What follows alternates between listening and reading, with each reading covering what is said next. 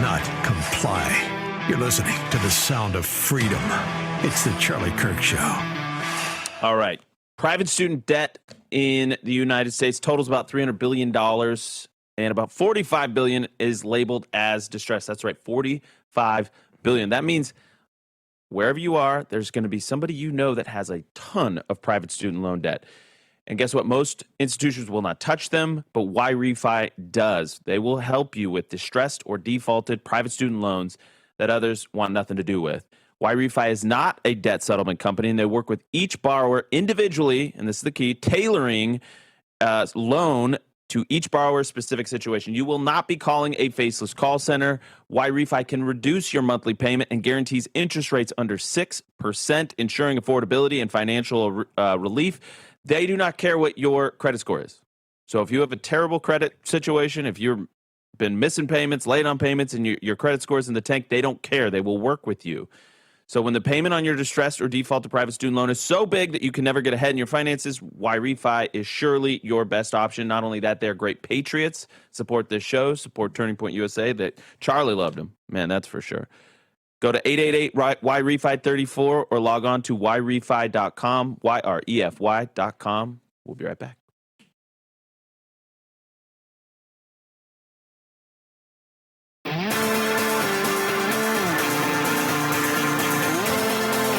All right, welcome back to the Charlie Kirk Show. So Elon Musk and President Donald Trump are reunited. I think this is a very good sign. So as we're talking about all of this, I would say distractions, when we're talking about the things that are separating us or dividing the coalition on the right, I hear this all the time, Blake. I'm sure that you do as well, that we are sort of a mess in the wake of Charlie's assassination, that we're lacking that leading voice, that guiding light. A lot of people think J.D. Vance could be that, and he's actually at an event this morning with Breitbart that they're doing in D.C., and he's talking about a lot of these things. He's saying, hey, don't let this distraction get us in the way of understanding who the real enemy is, right? Because if the Democrats get power again, which right now we're on track for that to happen. I want everybody to be very clear that if you look at all the polling, all of this, Trump's not doing as bad as Obama was in his second term. That's true. Or even George W. Bush. But we're at a nadir. There's a lot of bad vibes out there. Would you agree, Blake? Yeah, it's just that people are, certainly within our own coalition, people are frustrated with the election results we just had. They're worried about the economy. I think some of this is just, it's the stuff that's been continuing for several years, and it's not going to be fixed overnight. And there are people frustrated with the courts have blocked a lot of the most ambitious things Trump wants to do. A lot of people want there to be more deportations. There's people can pick things to be aggrieved about. And one thing that happens when there's a bad vibe, as you say, is people decide to fixate on whatever they want to be aggrieved about rather than positives. And there are positives. I think it's always worth re-emphasizing to people, this is all happening in an environment where we have shut down people crossing the U.S.-Mexico border. We had this open wound that 1 million plus people were pouring over, 2 million maybe, pouring over every single year, no limit, no intention to ever stop it, and we stopped it cold practically overnight. There used to be that Darién Gap. We'd have people go there and do documentary episodes of the tens of thousands, hundreds of thousands of people pouring over into Panama from China, Africa, Southeast Asia, like all these places. And it's just gone. No one's doing it anymore. Mm-hmm. Yeah, no, and this is, I totally agree. And we're also rooting out a lot of the visa issues. We put $100,000 basically fee on H-1Bs. So we are making progress. Everybody needs to just remember that. But here's the reason why we want to talk about Elon Musk is because sometimes there's these critical initiating events that happen. And you can look back on them later and you can say that was the moment that we started turning the corner and getting back on track.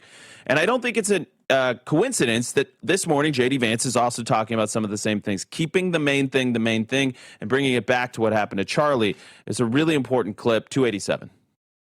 I think my attitude is let these debates play out, but don't let the debates that we're having internally blind us to the fact that we are up against a radical leftist movement that murdered my friend a couple of months ago and that would throw many people in the Trump administration in prison, not for doing anything illegal, but for not following the far left's agenda.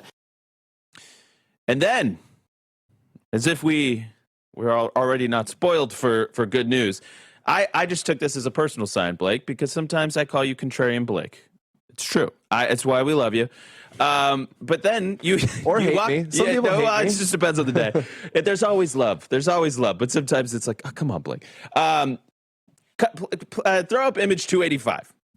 So Blake goes, hey, did you see that Homeland Security it's tweet? A really good one. It's really good one. And I was like, wait, so it's not cringe, Blake? He's like, yeah, it wasn't cringe. Sometimes I go a little too far, but this is a perfect one. This is perfect. So this is a tweet that went out from Homeland Security. I happen to like their Twitter feed, but they say rent is too high. There are tens of millions of criminal illegals in our country. Groceries cost too much. There are tens of millions of criminal illegals in our country.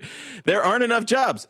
There are tens of millions of criminal illegals in our country. And on it goes. Women don't feel safe. Traffic is terrible. Healthcare's too expensive. That's a big one. Very big one. Welfare spending is through the roof. I can't afford a car. I can't afford a house. And it ends with, there are tens of millions of criminal illegals in our country. Many problems. A simple answer. And it really is. For so many of them, healthcare expensive. There's this entire shadow world of millions of people where they get free single-payer healthcare through the system of show up at an emergency room, get treated, blow off any payment attempt, often never give your name, and it's just paid for by taxpayers. And they blowed up the housing market.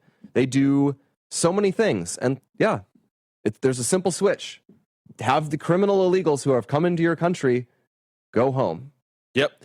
And by the way, there's another piece to this where they get all mad at the criminal raids or these illegal the raids that are going on in L.A., Memphis, now Charlotte, North Carolina, Chicago. And there's a very simple solution to this, Democrats. If you don't like the raids on the streets, cooperate with ICE when you pull these people over and you've got them in custody already. Hand them over when there's a detainer. It's as simple as that. If you don't want ICE raiding your streets, cooperate with them in the safety of your own confines. Custody. We'll be right back.